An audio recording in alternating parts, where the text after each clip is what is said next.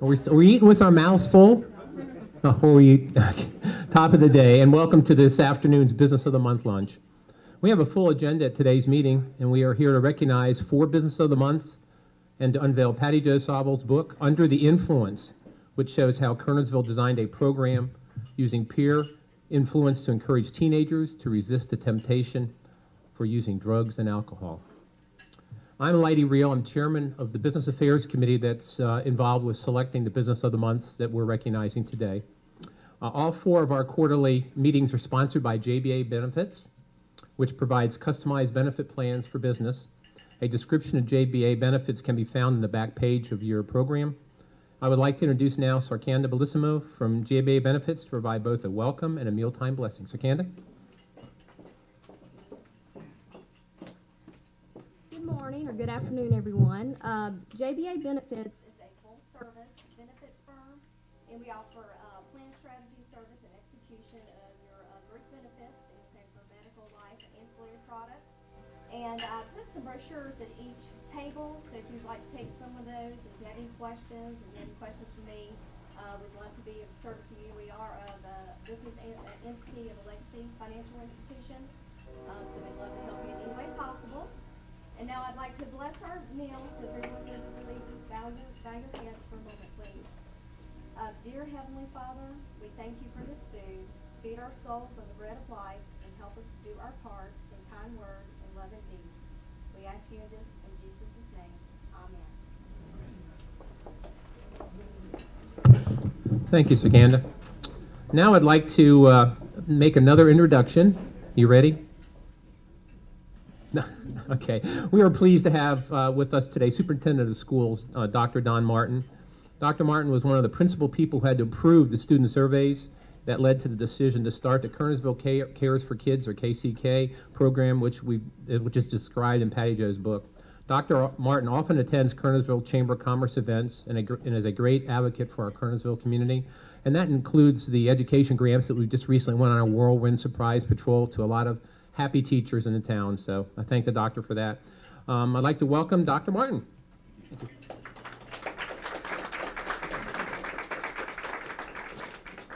Thank you, Lighty, and I certainly do want to thank the Chamber for your support of our grants for education. 34 grants delivered just a few weeks ago. A lot of happy teachers and happy principals, and we had a joint principals meeting today, and I recognize the Kernersville Chamber and shared that with all of our principals, and they were obviously, many were envious. Have a really pleasant task today is to introduce Patty Jo Sauvel, and I've known Patty for 15 years, and she is a very unique individual. I want to let you know, in addition to her work on a lot of you will know Kernersville News. She was a reporter for Kernersville News for many years, wrote columns for many years. But I wanted to tell you a little bit about some of the recognitions that she has received. She's actually won 3 different writing awards. Back in 1996, she actually won the Press Association North Carolina First Place Award for investigative reporting, and it actually was on this the basis for this book, basically drugs in schools. And she also wrote in 1999, she also was recognized with a 2nd place investigative reporter award from the North Carolina Press Association. And in 1999, she actually got the seeds to begin this book. She actually received a grant from the Arts Council Winston-Salem Forsyth County, really for editorial assistance to begin the writing of this book. And here we are 12 years later with a really spectacular finished product. And just currently, I'll let you know, she started with the very first edition, September 2007, of the Kernersville Living magazine, and she is the cover story writer, and she has been doing that since that time and continues to. And she spent a period of 13 years really writing bi-weekly columns for both the High Point Enterprise and the Kernersville News. And during a basically 8-year period, she's actually written 6 other books. 5 of them have been published by, it's basically the Green Haven Press. And I'll just give you the titles of those books. She's either the editor or a contributor or author of pieces in those, and I'll just mention the titles. Introducing Issues with Opposing Viewpoints, Water Resource Management. She also wrote Introducing Issues with Opposing Viewpoints Cheating. She wrote Issues that concern your students' drug testing. It's all about drug testing, which is something we do district-wide. She also wrote about drugs and controlled substances, information for students. And she also wrote a piece back in 2000, actually for the Community Communications Organization, called Bright Star, the Future Winston-Salem, wrote a sort of a promotion profile piece for Winston-Salem. Now I'll just talk a little bit just personally about Patty Jo. I thought of a whole lot of words to describe Patty. She's clearly hardworking. I've done some work in the last year or two with a guy named Peter Singhi, who's a MIT kind of organizational writer, and he talks about relentless relationship building. And if I think of somebody who is a relentless relationship builder, it is Patty Jo Savelle. She is also a person who is very, very genuine, and she actually describes the town of Kernersville as a genuine place to live and the way people treat each other and talk to each other. And clearly, some person who is kind of stays starts with something and she's going to finish a project. And this particular one was a labor of love because she has given a lot of her heart and soul to this book. I'll just say I had an opportunity to read several of the chapters before, actually a couple of years ago, in the early drafts, and I had a copy of the proof of the book in the last couple of weeks, and I've kind of reread a whole bunch of the parts to it. And it really is it's really sort of three sort of stories, if you will. It's a real story about Kernersville Cares for Kids, which really chronicles sort of the beginning to where it is now, which over a 15-year period has really exceeded, I think, everyone's expectations. I mean, if you think about what we all thought it could be, it is well, well beyond that. And particularly, I'll say that it kind of left a sort of an adult-run organization. Let's try to encourage our students, care about them, to stay away from drugs, and we'll try to provide some incentives for them, and we have drug testing, but it actually led into a student-led organization where students take a lot of the responsibility now for the leadership in the organization. So it's a true partnership between students and adults, which is really great. There's also a lot in this book, that's kind of one theme. There's also a lot in this book of really sort of personal interviews with people and sort of that describes very carefully sort of the challenges and thought processes as people approach decision making. So part of it reads kind of like, she wrote about the first meeting I ever had with her in my office, and it's a really interesting sort of chronicle of that conversation and how things develop from there. So she does that with a whole lot of people in the Kernersville area. And then third is a real story about kids who actually have drug interactions with drugs of one source or another. And that part is a real education piece to understand some of the behind the scenes, what goes on in kids' heads that get involved in drugs. So there's kind of three sort of things that are woven together in this book. And I think when you get started, you'll find it's actually pretty hard to put down. And it's so, I think it's just a real testament to Kernersville because the subtitle is, it's under the influence, but it's a town that listens to its kids. And I think that's a real example. And I'm going to close with one quote from Patty Jo that's in the prologue that I was reading. I said, I've got to share this in introducing her. And she talks about a lot of life lessons that she learned in writing this book about herself. And this one I thought was great. It's the last part of her prologue. And she says, profound change often hangs by the thread of one committed person. Through different people, though different people fill that role as time marches on, that person is always someone who cares deeply, connects with others, and is convinced that change is imminent. This book retraces the events that taught me some of the most valuable lessons of my life, and you will read that and feel that with her heart in this book. So it's a real honor to introduce my friend Patty Jo Savelle. Thank you, Patty.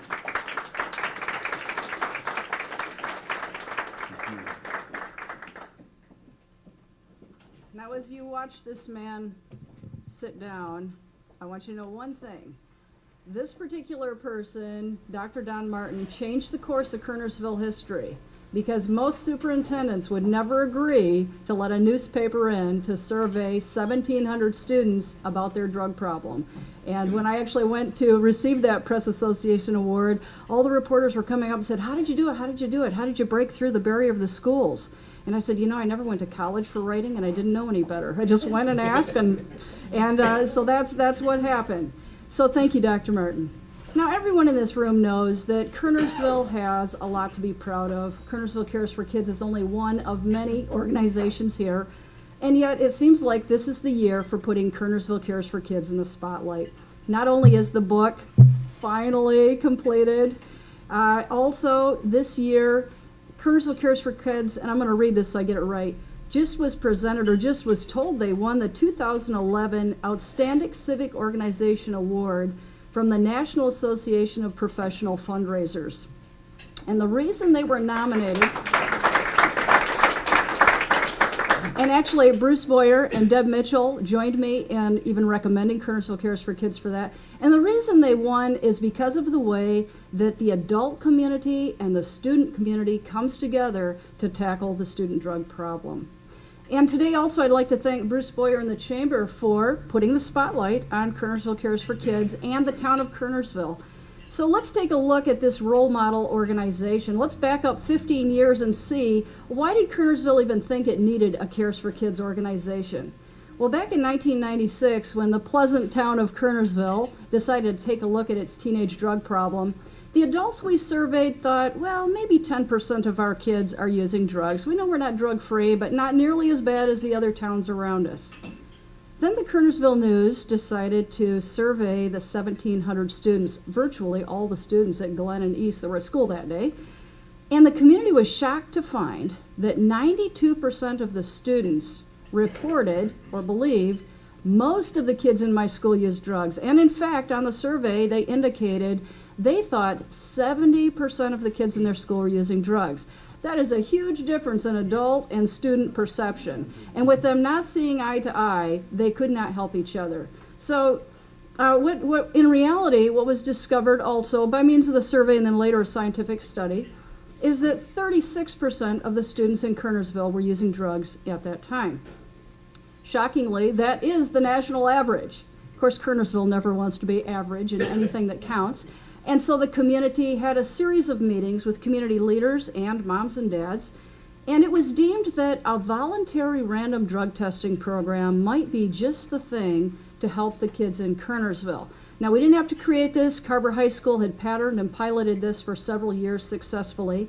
And about a year later, I thought nothing was happening. I felt terrible. But Dr. Martin and the school board were underground. They did not make this known. Newspaper didn't know. Nobody knew. They were actually putting together a random voluntary drug testing program that it was actually funded. And this wasn't just going to be for Kernersville. They thought, hey, if Pleasant Kernersville needs it, the whole school district needs it. And so it was a two-legged program. The first part of it was called It's Our Call, as in It's Our Call, the authority people in the schools. You had to join if you were involved in sports or extracurricular because you're a role model. You represent your school. And so this leg of the program enrolled about 40% of the students. Basically, they were in there because they had to be in there.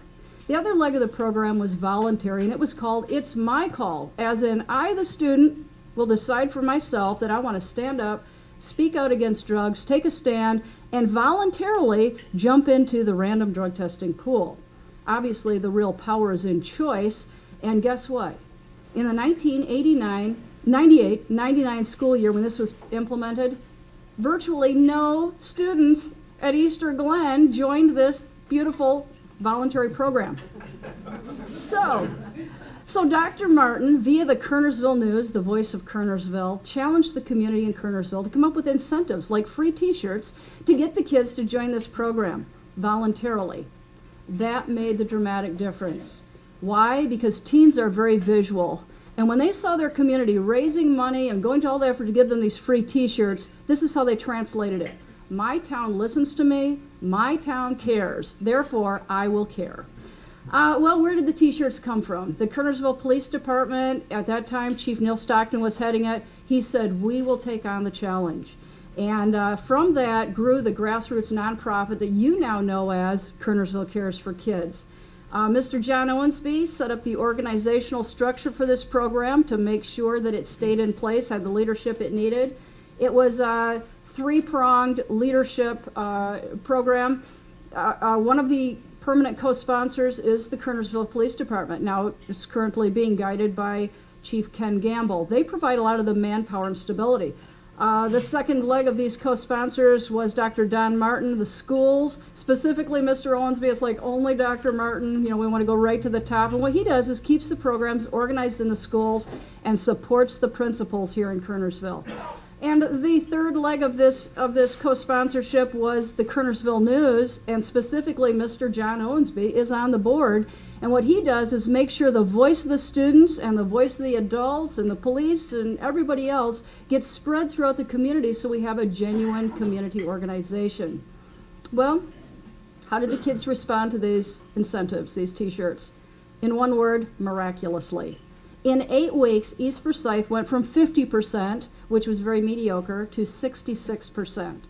In those same 8 weeks, Glen High School, under the direction of Principal Adolphus Flynn, went from 40% at the bottom of the barrel district-wide to 87%.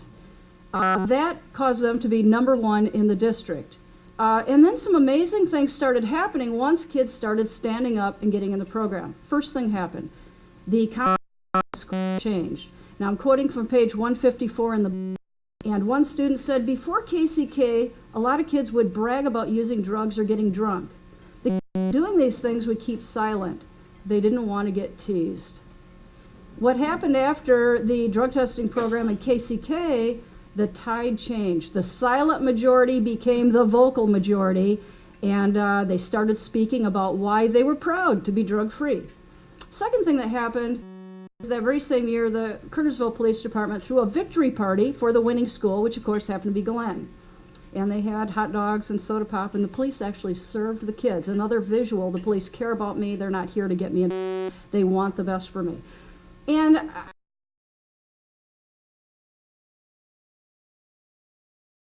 still be the investigative reporter on the job at that time, and so I kind of snuck around and did my own private little mini survey. And here's what I said to the kids, which also you can read the whole account. I said, 87% of you signed a pledge saying you're drug-free. But what percentage of students at your school do you feel are really drug-free? Amazingly, on average, the kids believed 60%, or most of the kids at my school, are drug-free. So the teens were now seeing the truth that most kids at their school were drug-free, and I began to see that the school culture was starting to line up with the community adult culture. There's nothing better that can happen for a community than for that to happen. Now, you're probably still wondering, did the voluntary pledging and testing actually work as far as reducing drug use? And Dr. Don Martin, who has a background in physics, problem solver, always studying things, had this problem studied, or this question studied. And here's what the study revealed, page 153 in the book. From August through October, when students pledged to be drug and alcohol free, but no testing was done, drug and alcohol violations remained about the same. But as soon as the testing began in November, violations began to decrease notably. Now, this is a significant finding because lots of schools have pledging programs, and without the accountability of a test, pledging alone becomes empty words. So the testing is very important. So by all counts, we could say even in its very first pilot year, Kernersville Cares for Kids, which supports voluntary drug testing, was hugely successful. But we have to ask the question, why did the kids like it? Was it just, I want a free t-shirt, I want to party with the police? Was that it? No. On page 257 in the book, it says, this program is seen by local students as fair, helpful, and caring. If a student fails the drug test, there is no punishment. The police are never called. Nothing is recorded on the student's permanent record. No one knows except the student, a parent, and the principal. And the student body doesn't have a clue because the student continues in all his sports, clubs, and activities as long as he accepts free help. The goal is to get kids back on the drug-free path as quickly and painlessly as possible. So the kids love it. I mean, why could you not love a program like that? So they promote it to their peers, especially if they think their peers need some help. Now, the other reason why the kids loved it is because voluntary drug testing helps with peer pressure. It's hard to say no to your friend if they're all having fun and want to experiment.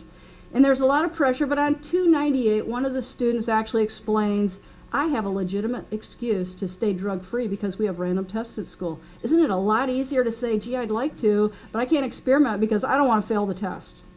Now let's fast forward. Glenn High School ended up becoming the national leader in all of America for any school that has a voluntary component to its drug testing.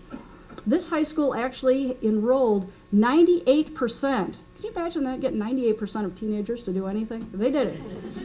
Okay, now, and just in the last 2 years, Principal Dossie Poteet at East Forsyth Middle School has topped that. Now, middle schoolers are a little easier to influence, but he has 99.4% of his middle school students enrolled by their choice in a voluntary random drug testing program.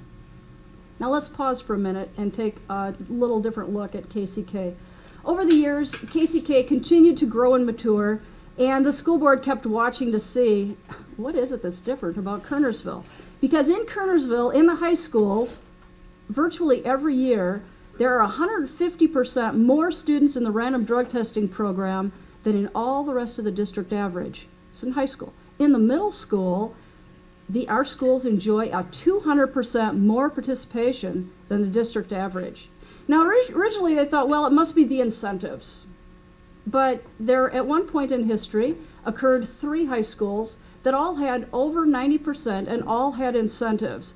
So the school board decided to take a closer look at this and study this, and here is what they found. Now, you'd expect that at each of these schools there would be a reduction in the student use of drugs and alcohol. That isn't what happened. Here's what they found out. When the district did an annual safety survey, the students at the other 2 high schools reported seeing the same number of kids under the influence of drugs and alcohol. However, in Kernersville, the students reported a 50% decrease in the number of students under the influence of drugs and alcohol. Why? And what they found out is there was only one difference between our high schools and these other 2 high schools, and that is Kernersville is the only town in the district that has its community that is behind its students. And it's the community involvement that makes the difference for the kids. Now, Kernersville didn't stop there. There was one more initiative that actually became the icing on the cake, and it kind of brings us up to where we're at right now. In 2007, Mina was under a grant and was actually part of our board. She's with Unlimited Success. She started holding Saturday students-only leadership meetings with our students that came on the board. We actually had students on the board since 2002, but they didn't know what to do. We didn't know what to do with them. And in 2007, she started giving them special meetings so they could feel like a team and solidify their voice. And what happened is as they started coming to board meetings, they started speaking up, and the board was listening to them, and they noticed that. Well, Mina left the board. Her grant expired. And I asked the board, pretty please, can I do the students-only leadership meetings for 2009-2010? Of course, I had very selfish motives. What I want to know is, how do you do that? And I wanted to know what ignites a student, what causes them to want to reach out and work in their community and in their schools. Here's what I found out. Number 1, give them a choice. There's power in choice. Don't tell them what to do. Ask them if they want to own this, and ask them how they want to do it. Second thing, I found out that students discover their own personal power when they are under the influence of positive leadership. So we found professional speakers, some of you are in the audience right now, professional businessmen and women. We called the group Friends of KCK, and they actually came to the meetings, dynamic leaders. They came to the meetings and worked with the students one-on-one. And mainly, do you know where we got these leaders from? Our retired population. We have some dynamic retired people in our community, just like every community does. They were grateful to get out of the house and be with the kids, and remarkable things began to happen. And the third thing we began to understand this particular year was, though teens say and act like they want to disconnect from adults, they really don't want to. What they want is they want a shift to occur. They no longer want to be treated like little kids. What they want is a new and mutually respectful relationship. And that was a big finding also. Now, what came from that particular batch of 20 kids was a group of kids that really cared about their real community. And they worked very hard doing real work. They did a lot of public speaking, 33 engagements at civic clubs and around town. They sold tickets to their lunch and listen because they wanted to. They asked permission. Can we own this? Can we sell tickets? They felt empowered to do real work in their real community. And now the circle has come full round because this year we have a KCK student leader. He was the first elected president of the student body KCK. And when this student, Brandon Hull, attended his final board meeting before heading off to college, here's what he told his board, and it's on page 338.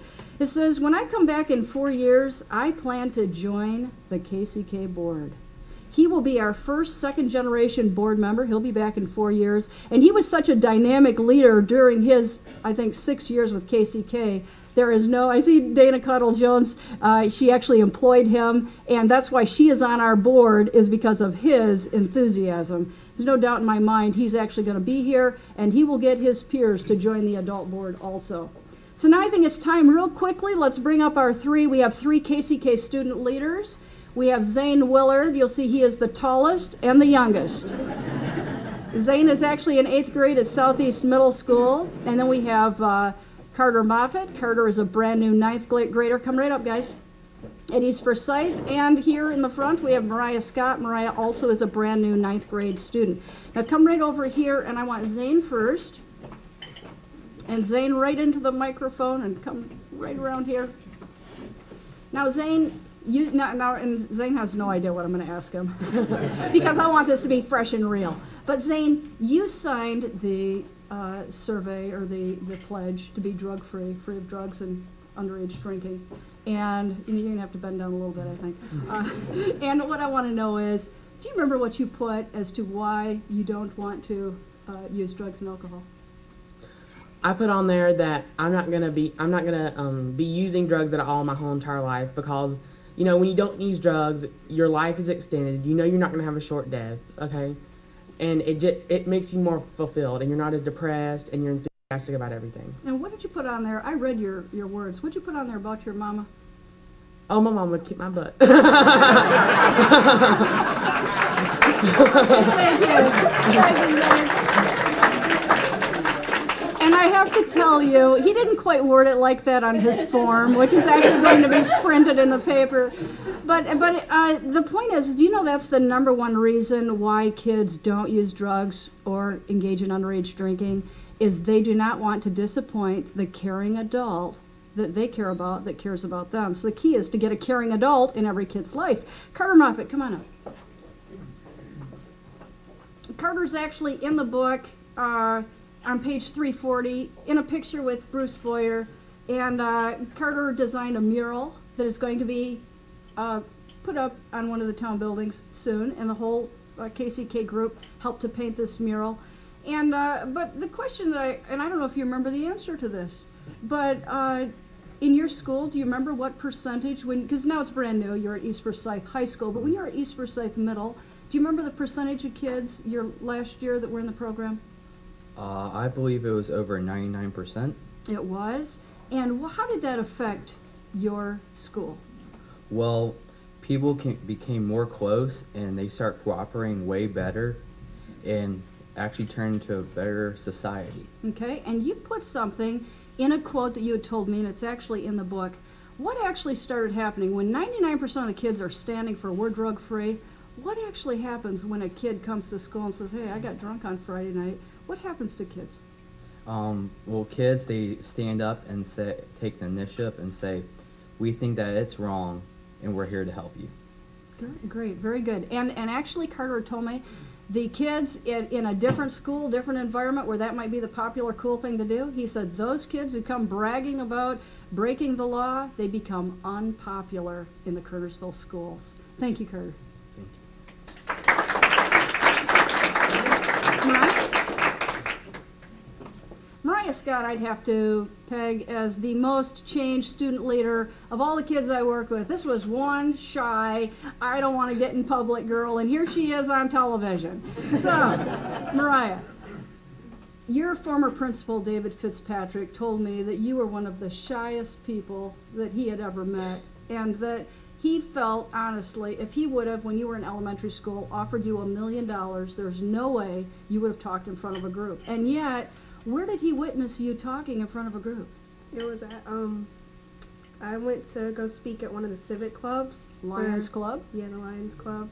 And he was there, and I gave a speech out, and afterwards he came to me and was like, wow, I wouldn't even known that, like, you have the courage to go up there and get up there and speak in front of everybody because you're just so quiet and shy. And how did it feel? It was fun to speak. I like speaking, you know. And actually, Mariah worded it in her speech. Kernersville Cares for Kids, the leadership training has helped me break down walls. And this girl has broken down some powerful walls.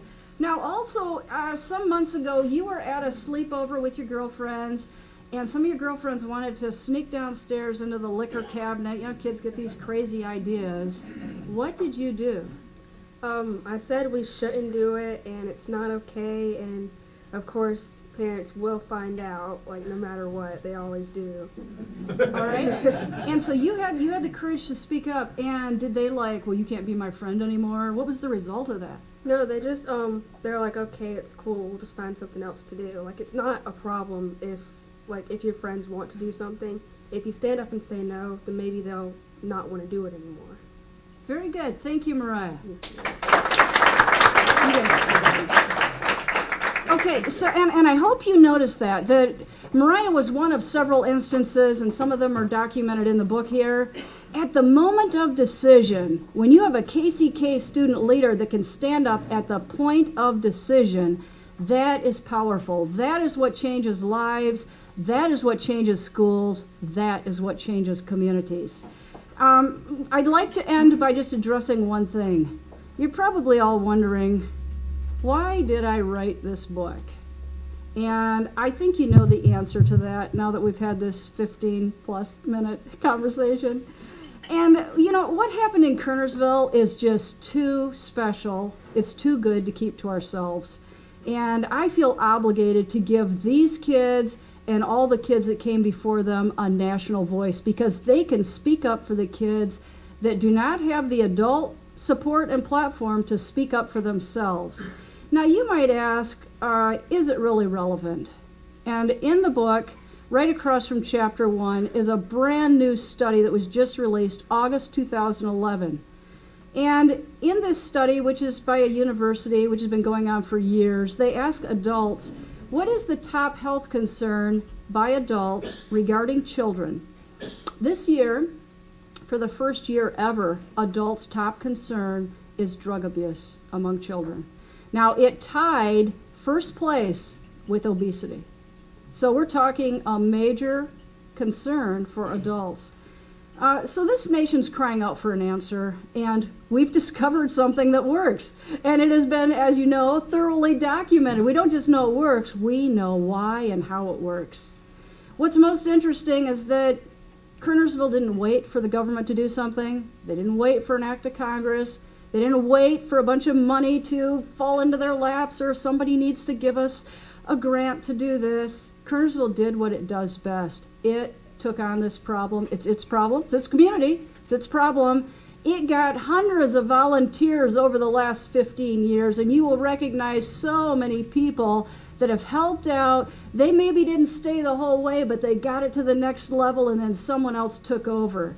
And so what Kernersville did is stayed with this until they found a solution, and every year this program gets better and better. The last thing I'd like to do is invite you to come out on November 13th to Senior Garden. It's a Sunday, 3 to 5. And I'd like you to meet the rest of the student leaders and the adult board. And the kids are all going to have their free copy, their pictures in here, their stories in here. They're going to have their books. They want you to come out and autograph their book, and they want to come and autograph your book by their picture. And so you're invited to do that, and it will be a great thing to support the kids. The last thing is, and it's, I guess it's worthy too, because you have helped lead the kids where they are. It's taken the whole community to create and maintain this problem. The last thing I'd like to do is invite Mayor Dawn Morgan to come up. Mayor Morgan, since she rode into town, so she's not a lifelong member of Kernersville, I'm not either, but she has supported KCK the whole time. And she said, Patty Jo, I want to buy the first copy of the book. And I said, Mayor, lots of people have told me that. Whoever gives me the first check is going to buy the first copy of the book. So what do you think she did? She reached into her checkbook and gave me the first check, which I have yet to cash today. And this is the first copy of the book. Thank you very much. Congratulations, Patty, and thank you to all the student leaders who spoke today. You inspire us, so we appreciate all you're doing in your schools.